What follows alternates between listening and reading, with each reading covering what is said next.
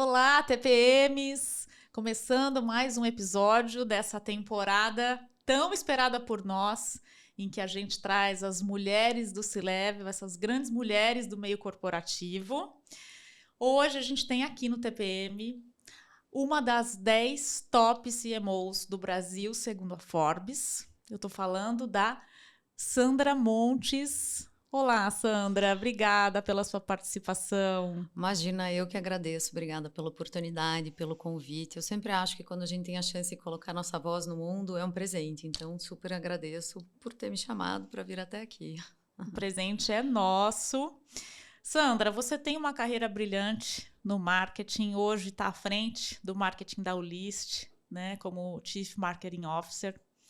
Eu queria começar conhecendo um pouco da tua grande motivação para atuar nessa área. Você também é conselheira de outras organizações, como Camil Alimentos, enfim. Queria conhecer um pouco, então, da sua motivação por essas áreas. Vamos lá, vamos contar um pouquinho. Eu sou economista de formação. Eu comecei a minha carreira em bancos, eu fui Citibank, Arthur Andersen, que já não existe mais. E aí eu fui morar nos Estados Unidos, porque eu queria falar inglês, que é diferente dos nossos filhos, que hoje já nascem falando inglês, assim, eles já cantam, e nessa época a gente não fazia nada disso. E eu fiz um curso na universidade, no Colorado, em Boulder, de inglês, e à noite fiz um curso subsidiado de marketing. E me apaixonei. E falei, gente, eu gosto de gente. Eu fiquei tão louca que eu quis voltar para o Brasil, voltei, apliquei para um programa de trainees na Electrolux, porque precisava aprender um mundo novo para mim. Acabei entrando e se passaram 19 anos. Eu passei por todas as posições, analista, coordenadora, gerente de marketing, diretora de marketing Brasil, até virar CMO América Latina. E em 2017 tiveram algumas mudanças, o presidente saiu, a CMO global que eu me reportava também saiu e eu fui demitida. E para mim foi um momento muito duro, porque eu cheguei em casa, eu não sabia nada, eu não sabia o que era não trabalhar, eu não sabia o que era chegar em casa e não ter o que fazer. Eu lembro que eu cheguei em casa, olhei para a moça que trabalhava comigo e falei, olha, vai embora, eu preciso olhar para o meu marido, olhar para os meus filhos, eu preciso olhar para dentro de mim mesma e descobrir quem eu sou. Nesse ano eu fiz um ano um ano de estudo mesmo.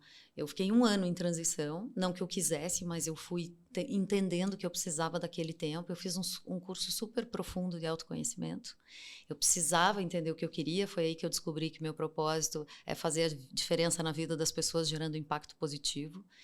E aí eu decidi que eu queria impactar mais pessoas no mundo. Por isso que se me chamarem para falar com uma pessoa, eu vou. Com 10, com 20, com 30, com 1 milhão, eu vou. Porque eu acho que se a gente tem a chance de impactar alguém, já valeu a pena. E aí eu entendi que só a tecnologia me levaria para isso.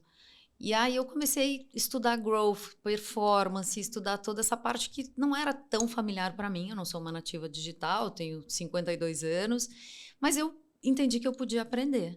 E comecei a aplicar, até as pessoas não acreditam muito nisso, mas eu acabei aplicando para uma vaga no LinkedIn da OLX, era uma posição menor do que a que eu tinha, era uma diretoria. E deu certo. E eu lembro muito bem na minha contratação, que a pessoa que me contratou, o PK, que hoje está na ClickBuzz, ele falou assim, eu olhei para ele e disse, PK, eu não tenho tudo que você precisa para essa posição. Mas aí ele olhou, tem sim. Ele falou, e o que você tem eu não tenho, então a gente vai fazer uma boa dupla, porque você vai me trazer tudo que você tem de branding, de perspectiva de consumidor e tal, e eu vou te ensinar sobre growth. E foi muito bacana, eu fiquei 3 anos, eu sou super grata a ele por ter aberto essa porta. Fiquei 3 anos na OLX, aí eu entendi que mudar era bom, né? Então não precisava mais de um ciclo de 19 anos. Aí apareceu o RAP na minha vida, eu fiquei mais um ano, e aí apareceu o Olist. E aí, falando de Olist, por que eu fui para o Olist? Porque eu acho que dentro do meu repertório já de marketing, eu conhecia muito sobre B2C, mas eu precisava de uma experiência em B2B. E eu acho que poucos profissionais hoje de marketing sabem falar sobre B2B, eu queria aprender. E eu entendi que depois de toda minha transição de carreira, eu só queria trabalhar para organizações que tivessem um propósito muito claro. Então, eu já tinha trabalhado em economia circular, eu já tinha trabalhado no RAP com uma perspectiva de dar mais tempo para as pessoas. E a Olist quer ser a parceira do empreendedor brasileiro, a parceira número 1 do empreendedor brasileiro, que é ajudar com que as PMEs possam sobreviver no Brasil, dentro dos grandes marketplaces, com um monte de coisa. E quando você impacta uma pessoa, o dono, o lojista, você impacta toda a cadeia. Normalmente é a família dele que trabalha junto. Então, é tão enriquecedor, é tão contagiante, que eu achei que era a minha oportunidade de entregar meu melhor ao mundo de uma forma diferente, sabe? Eu tô lá 2 anos e meio e tem sido uma jornada incrível, eu diria. Nossa, é fantástico o que você trouxe. Gente, eu estava falando com a Sandra um pouco antes da gente começar, que eu já tinha escutado a Sandra em outras entrevistas e algo me marcou que foi justamente isso que você comentou aqui, né? Essa transição de carreira, com tanta humildade, trazer o que aconteceu. Poxa, eu fui demitida e tive que me reencontrar, né? E começar de novo, né? E justamente admitir, poxa, não tenho tudo que você precisa, mas eu quero, né? E isso é tão importante, né, Sandra? Eu acho que foi uma das minhas maiores lições de vida, Uhum. porque eu efetivamente aprendi a pedir ajuda. Porque a gente cresce na carreira, você vai indo para um caminho que você acha que você sempre tem que ser boa em tudo, você tem que só melhorar e tal. Quando você olha para dentro de você mesmo e você tem a liberdade, a humildade de dizer eu não sei e eu quero aprender, sabe, essa capacidade que a gente fala de reaprender é muito importante, porque o mundo está mudando muito rápido. Então, dizer que eu sei tudo não é verdade. Eu contrato gente, só gente que sabe mais do que eu, porque eu quero aprender com essas pessoas. Eu sei que eu tenho uma bagagem enorme para trocar com essas pessoas, mas faz sentido isso para mim. Então, eu acho que a gente tem que falar sobre isso. Demissão, eu não vou romantizar uma demissão, é um luto, é difícil, mas eu digo que 2017 foi o pior ano da minha vida e foi o melhor ano da minha vida, porque eu tive que me reinventar como mulher, como profissional, como esposa, como mãe, e foi o maior presente que eu tive na vida. Hoje eu agradeço a demissão. É meio louco falar isso, mas para mim, para minha trajetória, ela fez muita diferença. E eu quero falar sobre isso porque eu acho que é importante deixar isso muito nítido para as pessoas que é natural. Uhum. Não estou dizendo que é bom, mas pode acontecer. E se acontecer, tá tudo bem. A gente vai achar um caminho, né? Eu acredito muito nessa capacidade que nós temos de olhar para frente e entender que a gente pode mais. Então foi isso que me moveu, sabe? E eu sigo nesse caminho porque eu tenho muita coisa ainda para fazer. Com certeza. Não, eu acho super empático da sua parte trazer isso. Porque a gente que está num momento de construção de carreira, né, pessoal, a gente às vezes olha vocês, grandes líderes e tal, e você pensa, poxa, foi diferente com ela. Não, não foi diferente, né? Esse é o caminho, né? E a gente tem que deixar, sabe, a nossa realidade. Eu também tenho filho que vai para a escola, que me manda mensagem da escola, que acontece, tipo, eu tenho um filho de 16, um de 14, Bernardo e o Guilherme, e tenho 3 enteadas, que têm 25, 23 e 21 anos. A minha vida sempre foi intensa, sempre foi meio corrida, sempre foi final de semana para cá, com as meninas, para lá, não é? Então, não existe outro caminho, é tudo igual, sabe? O mesmo caminho, eu continuo trilhando a minha carreira, né? As pessoas olham e falam, não, mas você já chegou lá. Não, eu não cheguei lá, eu estou aqui, mas eu tenho muito mais para chegar ainda. E isso é muito engraçado, que é um outro tema que dá outro podcast, que é, eu tenho 52 anos e me sinto com a maior energia dos últimos anos. Então, eu vejo que tem um caminho tão bacana pela frente, tem tanta coisa para fazer, então eu continuo trilhando. E a minha vida é igual a de todo mundo, eu faço supermercado, eu faço isso, eu corro, eu vou para um lado, eu vou para o outro, eu caso agenda, eu levanto às 7, eu sou investidora anjo, eu sou mentora, eu tô em tantos caminhos, mas eu acho que a gente tem que entender a pluralidade de papéis que a gente pode exercer na vida. E quando você entende que tudo bem é possível e você não precisa ser perfeito em todos eles, eu acho que é libertador, sabe? Então eu acho que a gente tem que falar muito disso. Sem dúvida. Você trouxe um tema que eu também tenho refletido bastante, que é a questão da mudança do mercado e do marketing nos últimos, não sei, talvez 15 anos, 10 anos, né, Sandra? Então, houve uma mudança muito, muito grande. Você acompanhou isso de perto? O que foi mais desafiador, né, dessa mudança para o digital mesmo, né? Então, o impacto da tecnologia. Olha, eu acho que o marketing ele muda todos os dias, ele continua mudando. Daqui uns anos a gente vai ter esse mesmo papo, a gente fala, mas mudou tanto, né? Então eu acho que ele continua mudando na mesma velocidade. Para mim, o que foi mais difícil e foi desafiador foi eu sabia vender geladeiras dentro da Casa Bahia, do Magazine Luiza. Eu lidava com promotores no ponto de venda com essa experiência. E eu fui para a tecnologia, plataformas digitais, que eu não tinha um produto. E eu precisei entender qual é a forma de você ter conexões reais com o seu consumidor ou com o lojista, através do digital. Então, esse desafio de mensagem e construção, eu acho que foi o maior aprendizado, né? Então, quando eu em marketing, dentro de uma empresa, de uma economia anterior, eu lidava muito com o consumidor no centro, mas falando nitidamente com ele e ele estando do meu lado. Plataformas, eu tive que entender outras formas.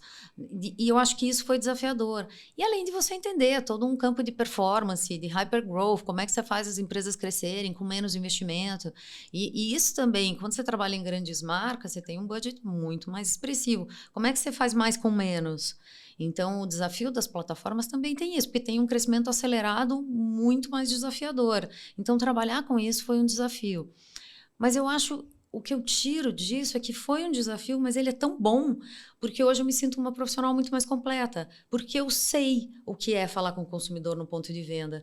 Eu tenho, né, esse presidente que eu me reportei na Electrolux por muito tempo, que continua sendo meu mentor de carreira até hoje, ele sempre me disse, se você não tiver o pulso do consumidor, como ele compra, com você, você nunca vai ser uma boa profissional, porque você fica muito vinculada ao mundo das ideias de branding e de campanhas, que é maravilhoso, mas você precisa do todo. E eu acho que o digital me deu a chance de estar muito mais perto desse consumidor, porque eu consigo falar com mais gente. Então, eu acho que foi um grande aprendizado, sabe? E você acha que esse lado do cliente, né, que o varejo tem muito, isso te ajudou? O que mais que você trouxe aí da tua época de Electrolux e desse contato com o varejo que hoje é fundamental? Eu vejo que é o seguinte, primeiro que quando você trabalha numa organização por muitos anos, estilo, governança, sueca, foi ali que eu aprendi a estratégia. Estratégia de verdade foi ali. Como é que você faz business case, como é que você cumpre com o que você está fazendo, porque a estratégia a gente sempre tem a certeza de que ela vai mudar. Mas você precisa saber qual é a estratégia que você tem hoje. Você tem que ter uma direção. Que ela vai mudar, mas você precisa partir de algum lugar. Então, essa parte de ser mais dura com governança, de olhar o ambiente como um todo, tipo, me ensinou muito para o futuro dentro das plataformas. Porque, às vezes, quando você está em plataforma, tudo parece muito efêmero. Você dorme de manhã, você dorme à noite, acorda de manhã, mudou a estratégia, mudou. Porque as pessoas acham que tudo tem que mudar o tempo inteiro. Eu não acho que a gente tem que ser avesso, a gente tem que ser muito flexível a essas mudanças, porque plataforma digital precisa disso.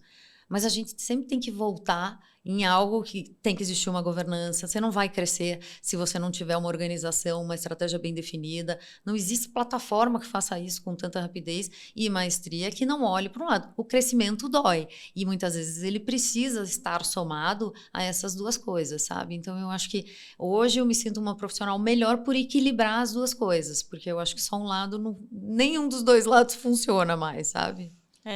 Eu ouvi você dizer algo que eu tenho refletido essa semana. Falei sobre isso algumas vezes, que é a consistência.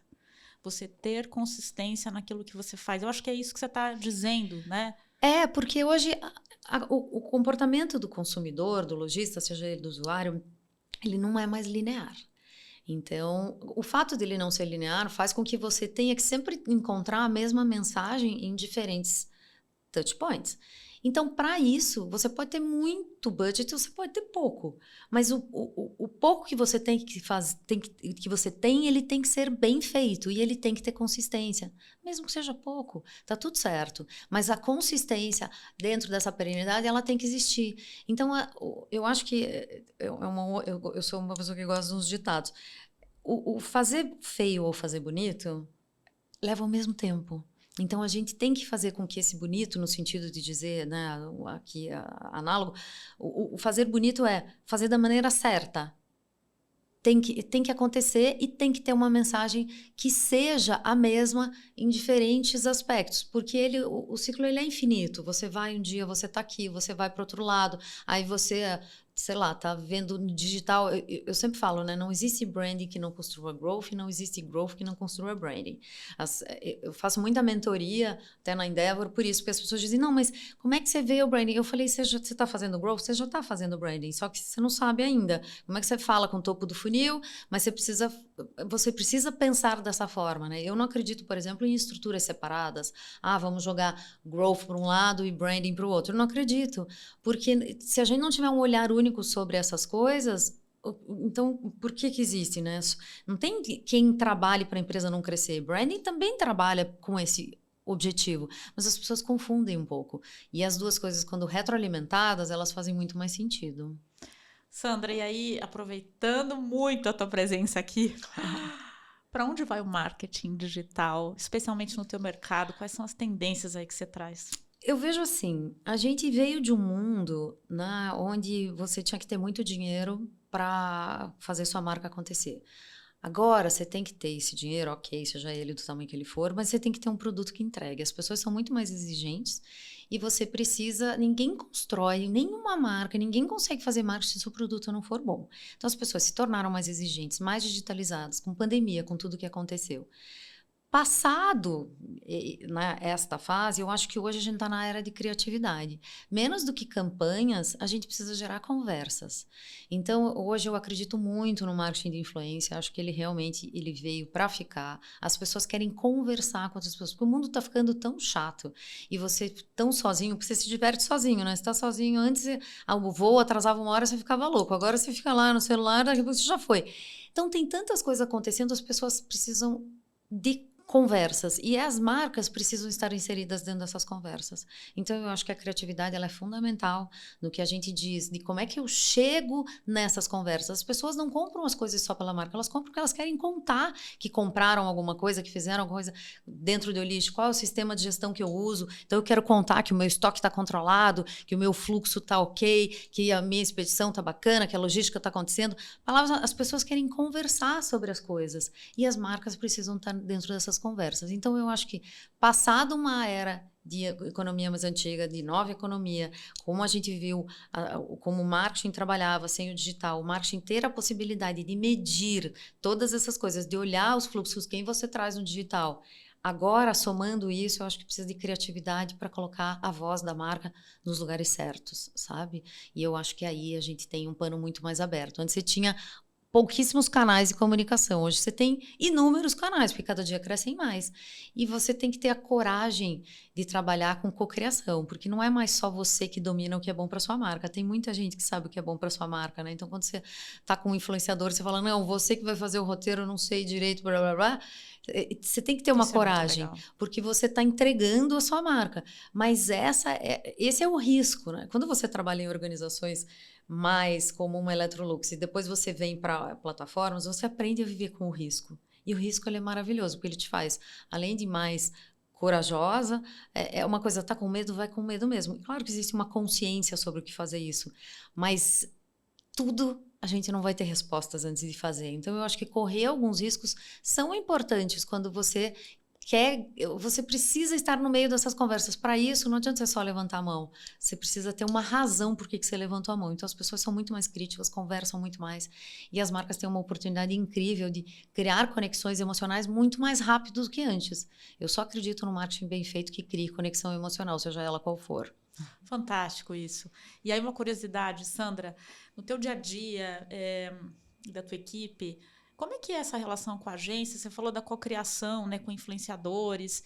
São decisões compartilhadas, assim? Você costuma, quando eu digo você, seu time e tal, costuma participar dessas decisões? Totalmente. Primeiro porque eu não acredito eu não sou a pessoa que fala, eu fiz isso, eu sou a do nós fizemos isso. Então, para mim, é muito time, não existe eu, né? Não é sobre isso. Eu não estou mais em busca da minha luz, eu estou em busca de iluminar caminhos. Eu quero pessoas que sejam os CMOs do futuro, que tenham né, outros desafios maiores e que sejam muito melhores do que eu posso ser. Então, eu quero ver o mundo evoluindo. Para isso, eu preciso desenvolver pessoas. Então, eu não quero mais tomar decisão, eu quero tomar uma decisão colegiada. Mas o que você achou? Por que você achou? Às vezes, nem tem a concordância de todo mundo, mas ouvir diferentes pontos de vista, essa diversidade e inclusão que você tem nas contratações e do mix de pessoas que você faz, também faz muito sentido. Porque faz você ter um olhar muito plural, muito de outras frentes. Então, isso faz bastante diferença. As decisões todas são compartilhadas. A gente tem um time, eu trabalho com um time que, assim, adoro, Hoje eu tenho 4 diretores diretos e um time de mais ou menos 60 pessoas. E eu gosto de estar junto na operação. Eu não sou essa pessoa que delega e sai. Eu gosto de estar junto, eu gosto de entender. Nem sempre eu consigo estar junto em todas as partes, mas eu gosto da discussão, eu gosto do processo.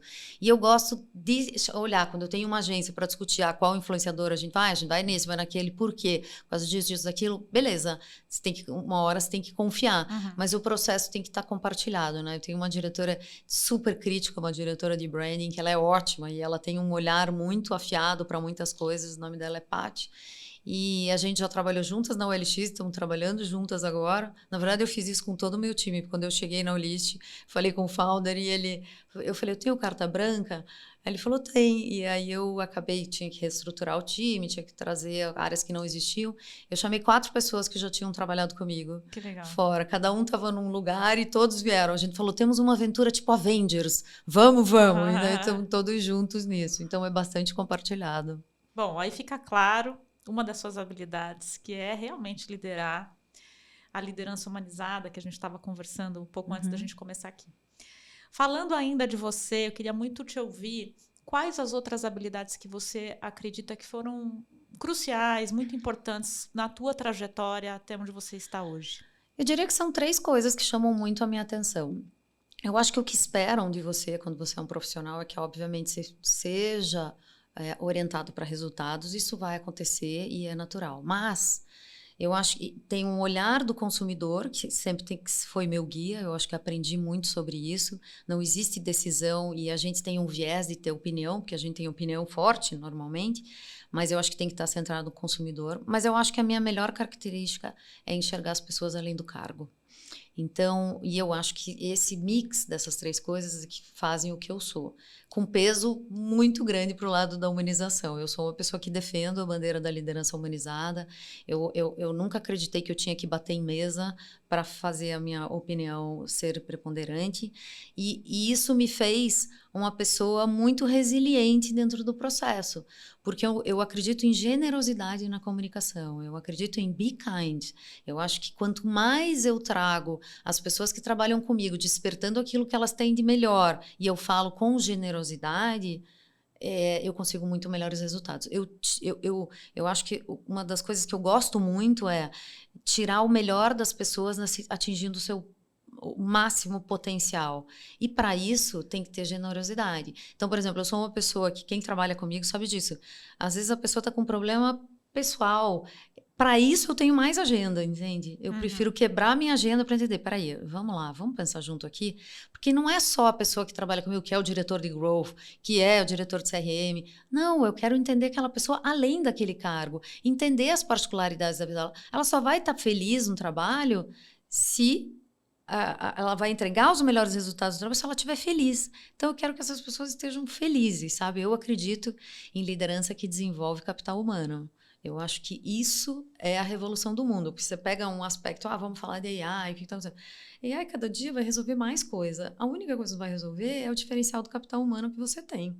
Então, eu acredito porque, concorda, se não for isso, por que a gente existe, né? Então, o AI resolve tudo e pronto.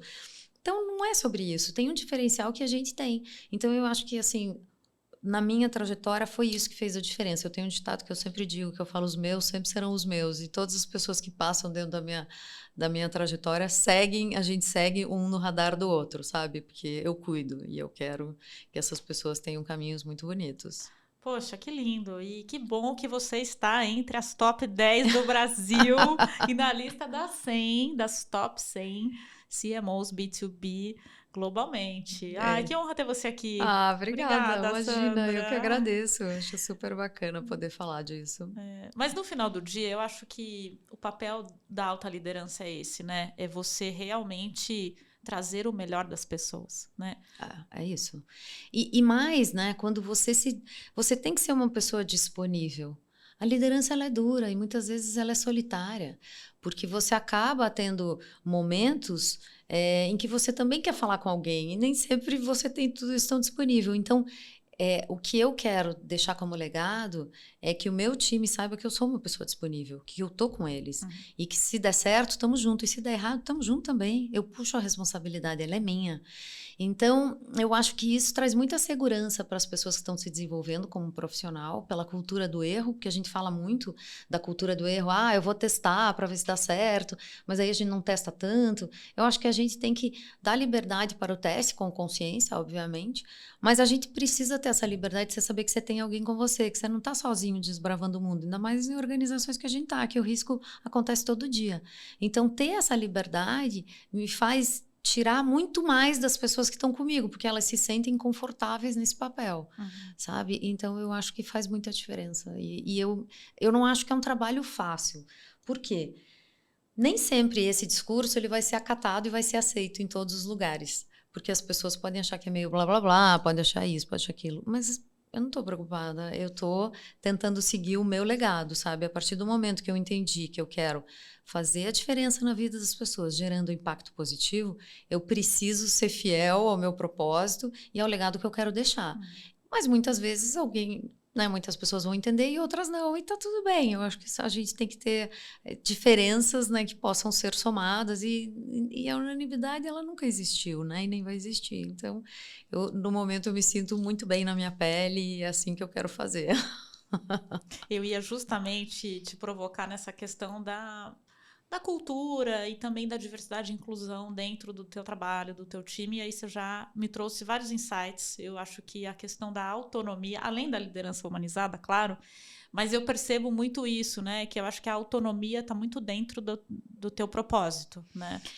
Porque eu acho que eu tenho muito para aprender na vida e estou super aberta a qualquer aprendizado, mas eu não abro mão, isso para mim é inegociável, a forma com que eu trabalho com o meu time em função de ter autonomia, que eu acho que é autonomia tanto para mim, no meu processo. Eu não espero que alguém venha me dizer, ou que um líder, ou que alguém, mentores venham me dizer o que eu faço com liderança humanizada, eu busco as minhas respostas.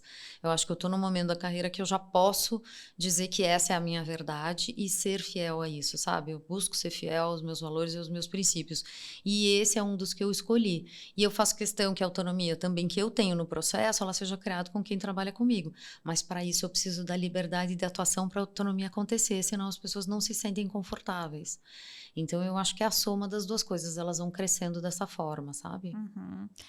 E da mesma forma, né, você estava comentando comigo também que você busca a autonomia para o teu trabalho também com os seus líderes, né? Você comentou, poxa, eu comentei com o meu mentor, não sou como você, eu sou diferente, né? E isso foi bom naquele momento, apesar disso ser um risco quando você se posiciona, mas aquilo foi bom, você conquistou o teu espaço. E é libertador, porque eu acho que hoje eu já trabalho com muitas pessoas, assim, eu hoje tenho 2 mentores de carreira que são importantes, hoje estou no meu trabalho, claro, tenho um reporte para o founder do Eolish, mas eu vejo toda a pluralidade de comportamentos dessas pessoas, tanto dos meus pares quanto dele, como pessoas diferentes. E eu acho que isso que é legal, você saber trabalhar com pessoas diferentes, porque todo mundo tem alguma coisa para acrescentar a alguém.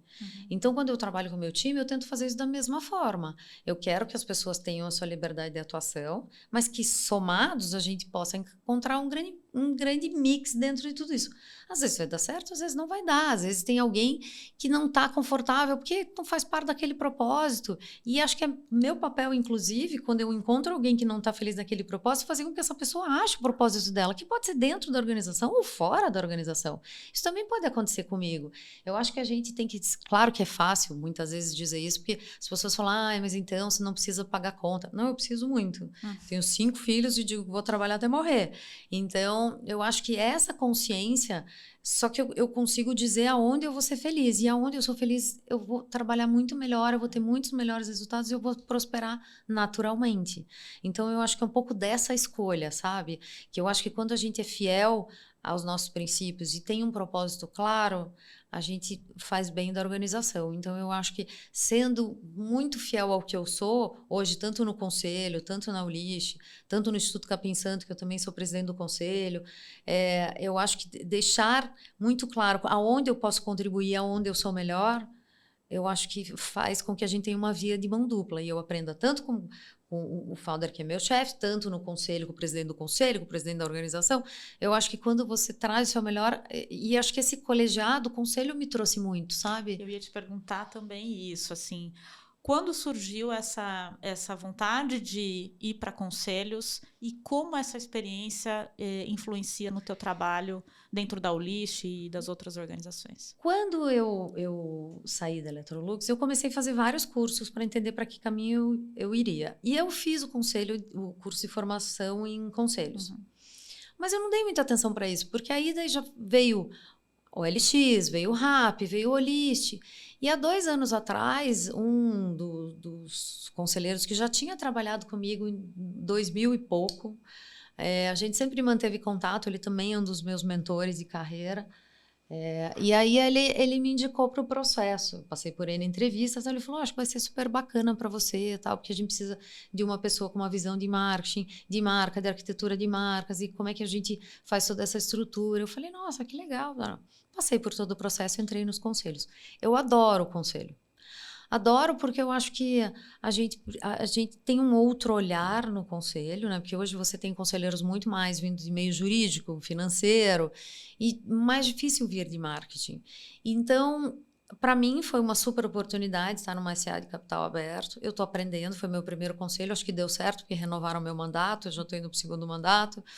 E tem sido muito bacana, porque existe uma soma, né? Enquanto você trabalha com commodities, arroz, feijão, e no outro dia você está falando de plataformas digitais, e quando você vende no varejo.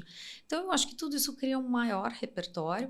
Eu sinto que eu posso contribuir muito para conselhos, que eu me desafio. Ano passado eu fiz curso financeiro, esse ano eu estou fazendo um programa de diversidade em conselhos. Então, eu continuo evoluindo, porque eu acho que ela é uma jornada que pode acontecer.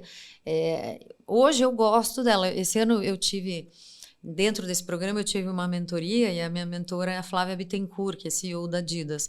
E a gente tem conversado muito sobre esses próximos passos de carreira, para onde eu vou, para onde eu vou. E eu deixo muito claro que eu gosto de ser CMO e eu gosto de ser conselheira. Eu acredito nessa combinação das duas coisas.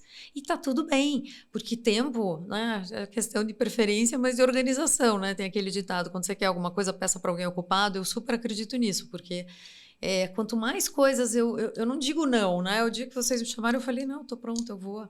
Eu sou muito tranquila nisso, eu vou. Depois eu vou decidir como, mas eu vou, sabe? Eu sempre acho que a coragem que, assim, a sorte não vem sozinha, ela vem através da coragem. Tem um livro do Cortella que diz isso: a sorte é a coragem. E eu acho que é muito disso. Então, eu acho que o que a vida quer da gente mesmo é coragem. Então, assim, eu vou. Vamos. Alguma coisa eu vou aprender, sabe? Se eu impactar alguém, ótimo. Se eu estiver aprendendo alguma coisa, ótimo. Então, eu estou nesses diferentes caminhos. Você falou da diversidade em conselhos. Eu gosto de acompanhar, né, mulheres conselheiras pelo LinkedIn e tudo mais. Como que está isso hoje, Sandra? A gente tem uma boa representatividade nos conselhos? Acho que muito pequena ainda. Eu acho que está crescendo, né? Hoje tem uma matéria até que saiu no Valor que fala na Forbes, que fala sobre o crescimento das mulheres de participação nos conselhos, mas ele ainda é muito embrionário, né? Nós somos 7 conselheiros e somos 2 dentro do conselho. Então, acho que ainda existe um espaço muito grande, mas eu acho que as mulheres estão se preparando mais para isso e dando mais atenção para isso também. Mas é um mercado, além de crescente, o número de candidatas e candidatos a conselhos também é crescente, porque a população vai envelhecendo, as pessoas vão achando outros caminhos. E então eu acho que tem um caminho longo, não é hora da gente parar. Sempre digo, né? Quando as pessoas me perguntam: que momento você acha que a liderança feminina está? Eu falei: gente, não é hora de parar. A gente, não são crimes que eu cometi no passado, mas eu fiz alguns esforços. Eu voltei das minhas licenças antes, eu fiz algumas coisas. Não que eu ache isso bonito, não é isso. Mas naquele momento eu não tinha outra opção. E se eu fiz isso, eu abri caminhos para que outras mulheres não precisem fazer e que possam ter liberdade. Então eu acho que não é hora de parar. Só isso, eu acho que a gente tem que continuar mostrando ao que a gente veio. Não porque simplesmente somos mulheres, não, porque somos competentes e podemos contribuir da mesma forma, por N outros aspectos, né? Eu gosto muito de falar de liderança feminina, mas eu acho que a gente tem que se dedicar a isso, tem que querer o caminho, porque senão ele não acontece, né? Você falou de coragem e eu compartilho muito disso, assim. Eu acho que a gente tem que ter coragem de se desafiar, para alcançar coisas na vida, especialmente na vida profissional. A sua carreira foi planejada, assim, ou você considera que você aproveitou oportunidades? Como é que foi isso para você? Eu acho que eu sempre tive uma visão, e é uma coisa que eu estou entendendo. Hoje eu diria que eu consigo ter sempre uma visão dos próximos 5 anos, eu tenho feito isso. Mas voltando no passado, eu acho que eu sempre fui trilhando caminhos. Eu fui para um caminho financeiro no início, porque eu queria ser igual ao meu pai, que é economista, eu queria seguir a carreira dele. Quando eu percebi que eu tinha outros caminhos, eu fiz eu pivotei e falei, não, é marketing que eu quero, e mudei de lado. Só que aí eu fui andando, eu fui andando. Esses 19 anos em Electrolux, eu fui me preparando porque eu sabia que eu queria o board, que eu queria, eu já era a única mulher no board da América Latina, eu fui indo. Quando eu saí dali, eu tive uma interrupção completa e foi uma transição de carreira. Mas eu fui crescendo, eu falei, não, eu quero voltar a ser CMO, porque eu fui um cargo e depois voltei a ser CMO em plataformas digitais. Hoje eu olho para conselhos com bastante propriedade. Então, assim, cada ano que vai passando, eu tento olhar os próximos 5, mas eu me dedico naquele ano a alguma coisa que esteja construindo onde eu quero estar nos próximos 5 anos. Aos 52 anos, você tem um desafio de longevidade. Eu não tô, hoje tem vários profissionais, talvez eu não seja mais interessante para o mercado em alguns anos. Então, assim, olhar para a longevidade, eu acho que é uma coisa que tem que ser falada também. Porque o que eu quero ser nos próximos 5 anos? Eu estou num ciclo, eu ainda acho que eu possa ter talvez mais 1 ou 2 ciclos como CMO, como conselheira, o que eu estou trilhando, como mentora, como palestrante, sabe? Então, eu acho que você vai somando algumas coisas e vai crescendo o teu repertório para que você possa trabalhar a longevidade. Mas diferente de um público que está crescendo e lutando pela carreira, a boa e a má notícia é isso nunca acaba, porque eu também estou me preparando para uma carreira que possa acontecer nos próximos anos. Qual a longevidade que eu trago nisso? E é isso que eu te falei, eu me dedico e eu acredito e tenho energia para muito. Então, quando eu não olho para a minha idade hoje achando que ela é uma coisa... não, muito pelo contrário, eu acho que eu sou muito mais sábia hoje. Mas eu quero mais da vida, eu quero fazer mais. Então, quando eu olho, respondendo a tua pergunta, porque senão a gente vai para tantas frentes e é tão gostoso falar disso, eu sempre acho que a gente tem que saber aonde a gente quer chegar. Eu acho que isso tem que estar muito claro. Aonde você quer chegar? O mais importante de saber onde você quer chegar é você acreditar que você pode. Esse, para mim, acho que foi o grande segredo. Eu sempre falava, não, eu quero ser uma executiva assim, eu quero ser assim. Isso eu vislumbrei longe. E aí, nos últimos anos, que eu passei a fazer meus ciclos de 5 anos, aonde eu quero estar. Mas o mais importante de você trilhar o seu caminho é você querer e saber que pode chegar nesse caminho. Porque muitas vezes a gente mesmo se auto-sabota. Você fala, nossa, eu queria ser isso, mas enfim. Não, se você quer ser alguma coisa, você tem que se dedicar a isso. É isso que eu acho. Nada veio fácil para mim. Eu sempre tive que me dedicar muito. Não me arrependo de absolutamente nada, porque tudo que eu passei faz parte da Sandra que eu sou hoje. Eu sempre acho que a gente é a soma do que a gente vive. Então, olhar para o seu caminho futuro e saber que você pode chegar só depende de você, né? Então, é muito nesse caminho que eu sigo.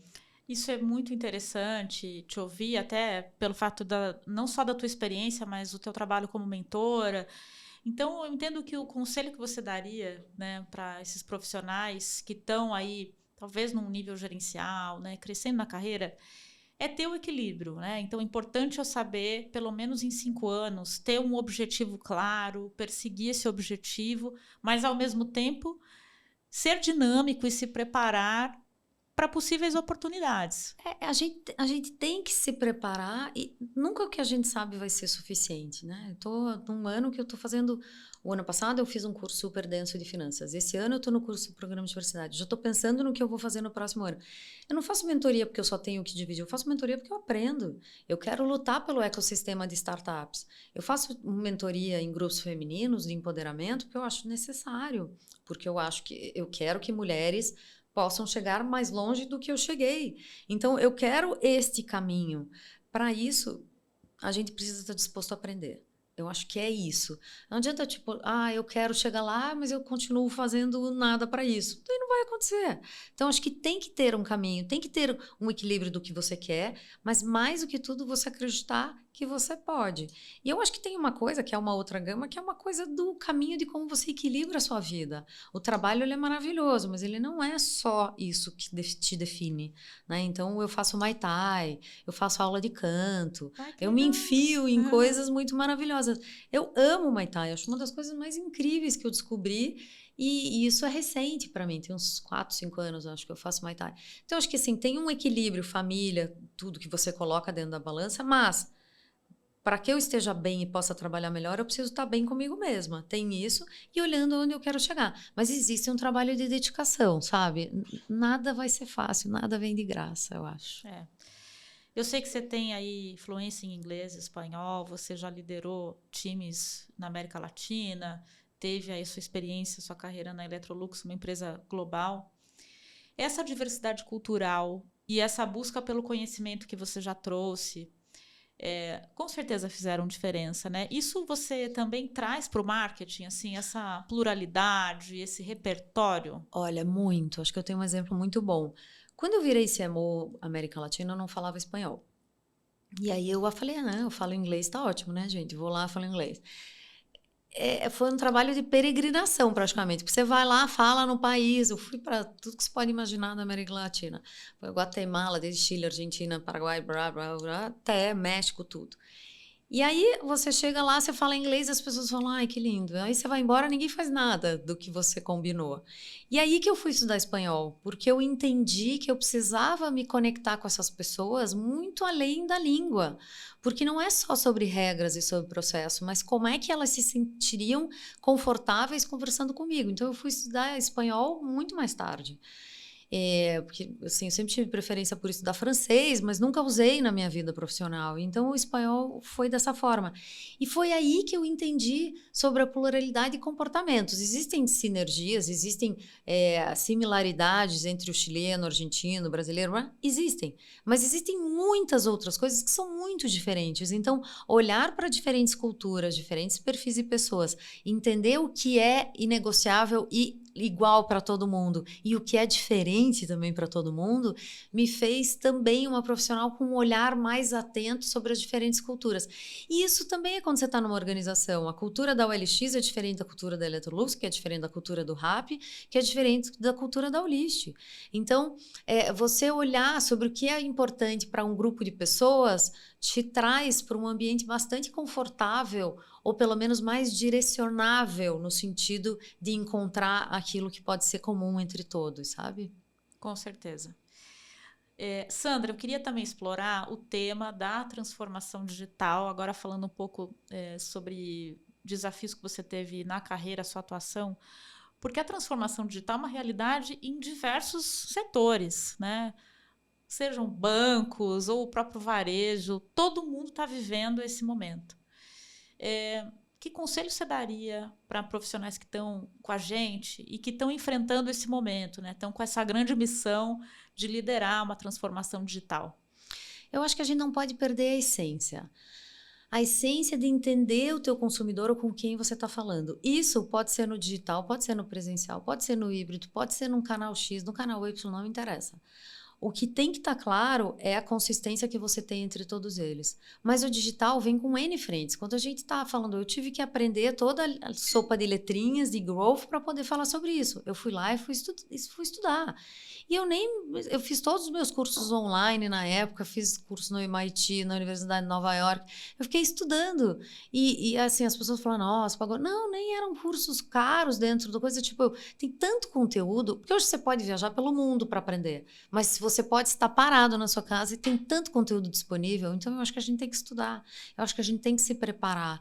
A gente não pode perder o centro do consumidor, mas tem que entender que a gente tem que entender esse consumidor e as diferentes formas que isso acontece. E a transformação digital, ela acontece em todos os sentidos.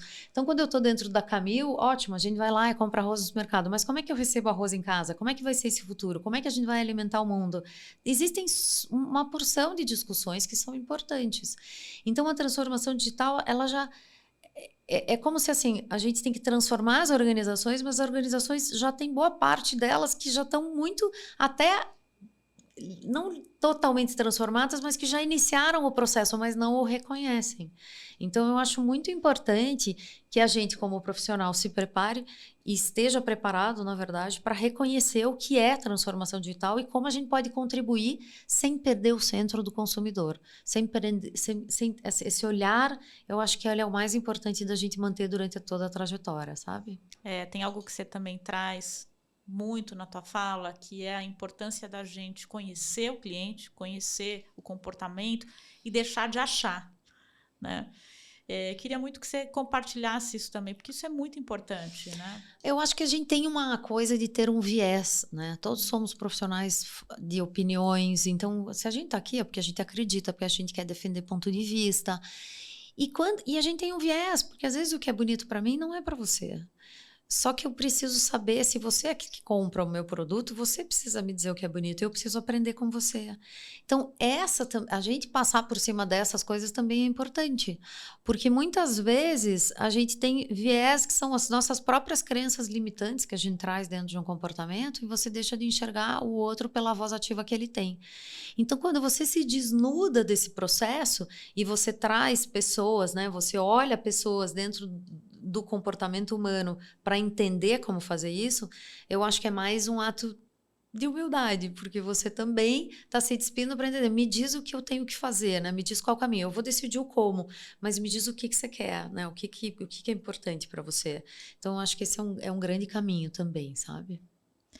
Sim, e aí olhando também, não só conselhos de carreira, mas eu queria muito te ouvir trazendo conselhos para profissionais em desenvolvimento das habilidades, por exemplo, humanas. Então, aí no teu chapéu de líder, né? Quando você contrata profissionais, quais são as habilidades humanas que são importantíssimas?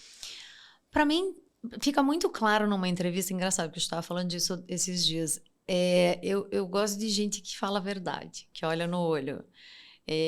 Que conta o que realmente viveu. Eu não gosto tanto de frases bonitas e palavras bem colocadas, eu gosto de autenticidade. Então, muitas vezes, porque a parte técnica eu posso ensinar, mas a atitude, os valores, nem sempre. Então, eu acho que isso para mim é muito importante. Lógico que tem diferentes níveis de contratação e você se precisa de um cara extremamente técnico aqui ou ali, e você vai achar. Mas para isso os valores sempre vão falar mais alto. A maneira com que você se comporta e a maneira com que você trata o outro diz muito sobre você. E diz muito como você vai se adaptar à organização. Existem culturas mais agressivas, menos agressivas, com culturas mais colaborativas. E hoje, eu acho que o grande profissional é aquele que tem atitude colaborativa, que sabe trabalhar em times, que entende que ele não é o único e o protagonista responsável por toda uma entrega. Então, eu acho que existem muitas características que você percebe numa entrevista como se colocar. A parte técnica você vai validar, né? A gente apresenta case, faz milhões de coisas, mas a gente tem que trabalhar também com quem a gente gosta, com quem a gente confia. E são essas pessoas que vão mais além, porque essas pessoas se dedicam de corpo e alma. Então, eu sou uma pessoa que sempre me dediquei ao trabalho.